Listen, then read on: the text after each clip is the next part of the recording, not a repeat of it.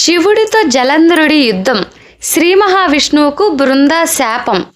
కార్తీక పురాణంలో 24వ కథగా చెప్పుకుందాము. కైలాసానికి దూతగా వెళ్ళిన రాహువు అక్కడి నుంచి తిరిగి వచ్చి చెప్పిన మాటలు జలంధరుడికి ఆగ్రహావేశాలను కలిగిస్తాయి. దాంతో శివునిపై యుద్ధానికి ఏర్పాట్లు చేయవలసిందిగా తన పరివారాన్ని ఆదేశిస్తాడు. అనేక మంది సైన్యంతో కైలాసంపైకి యుద్ధానికి బయలుదేరుతాడు. ఈ విషయం దేవతలకు తెలుస్తుంది.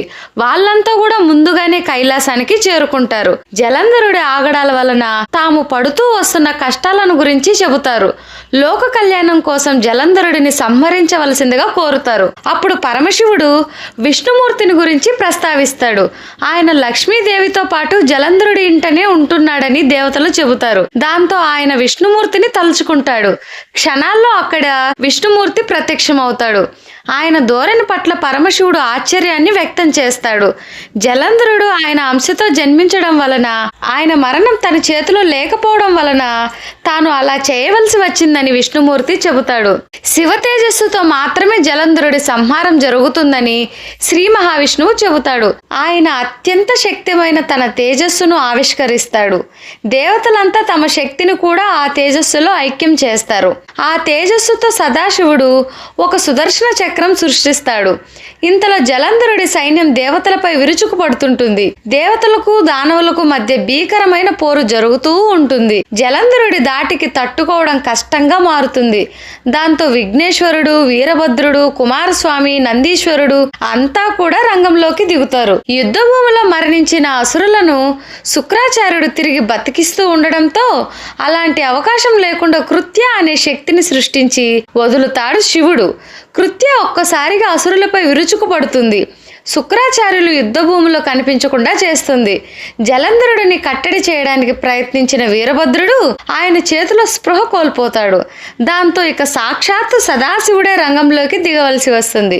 జలంధరుడి భార్య బృంద పాతివ్రత్యం కారణంగానే ఆయనని ఎవరు ఎదిరించలేకపోతున్నారు అనే విషయాన్ని గ్రహించిన విష్ణుమూర్తి తరుణోపాయాన్ని ఆలోచిస్తాడు.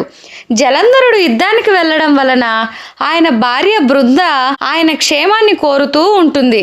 ఆయన ఎలా ఉన్నాడనే విషయం చెప్పమంటూ ఒక మహర్షిని అడుగుతుంది. అప్పుడు ఆ మహర్షి పిలవగానే కొన్ని కోతులు అక్కడికి వస్తాయి. అవి ఏం చేయాలనేది ఆ మహర్షి సూచిస్తాడు. ఆకాశంలోకి ఎగిరిన ఆ కోతులు కొంతసేపటికి తిరిగి వస్తాయి. ఆ కోతుల చేతుల్లో జలంధరుడి తెగిపడిన అవయవాలను ఉండటం చూసి బృంద కన్నీళ్ల పర్యం అవుతూ ఉంటుంది. తన భర్తను బ్రతికించమని కోరుతుంది. శివుడితో వైరం పెట్టుకుంటే ఇలాగే ఉంటుందంటూ ఆ మహర్షి చెబుతాడు. అయినా ఆమె బాధను చూడలేక ఆయనను బ్రతికిస్తానని చెప్పి అదృశ్యమవుతాడు. తెగిపడిన అవయవాలను కలుపుకుంటూ జలంధరుడు ఈ లోకంలోకి వస్తాడు. అందుకు బృంద ఎంతగానో ఆనందిస్తూ భర్తను హత్తుకుపోతుంది. ఇద్దరు సుఖ సంతోషాలతో ఉంటారు. తన భర్త బతికి వచ్చాడనే ఆనందంలో ఉన్న బృంద ఆయన ధోరణిలోనూ స్పర్శలోనూ గల మార్పును గ్రహిస్తుంది. వచ్చినది తన భర్త కాదు, శ్రీహరి అనే విషయాన్ని పాతివ్రత్య మహిమతో గ్రహిస్తుంది. తన పాతివ్రత్యాన్ని భంగపరచడానికి వచ్చిన విష్ణుమూర్తిపై మండిపడుతుంది. ఆయన చేసిన పనికి తగిన మూల్యం చెల్లించుకోక తప్పదని అంటుంది. తనని మాయ చేయడానికి, నమ్మించడానికి ఆయన సృష్టించిన కోతులు రాక్షసులై ఆయన భార్యను అపహరిస్తారని శపిస్తుంది. భార్యా వియోగాన్ని అనుభవిస్తూ ఆయన అడవులు పట్టుకొని తిరుగుతాడని అంటుంది. తన శాపం వృధా కాదని చెప్పేసి అగ్నిలో దూకేసి ఆత్మత్యాగం చేసుకుంటుంది. బృంద ఆ విధంగా చేయడం శ్రీ మహావిష్ణువును ఎంతగానో బాధిస్తుంది.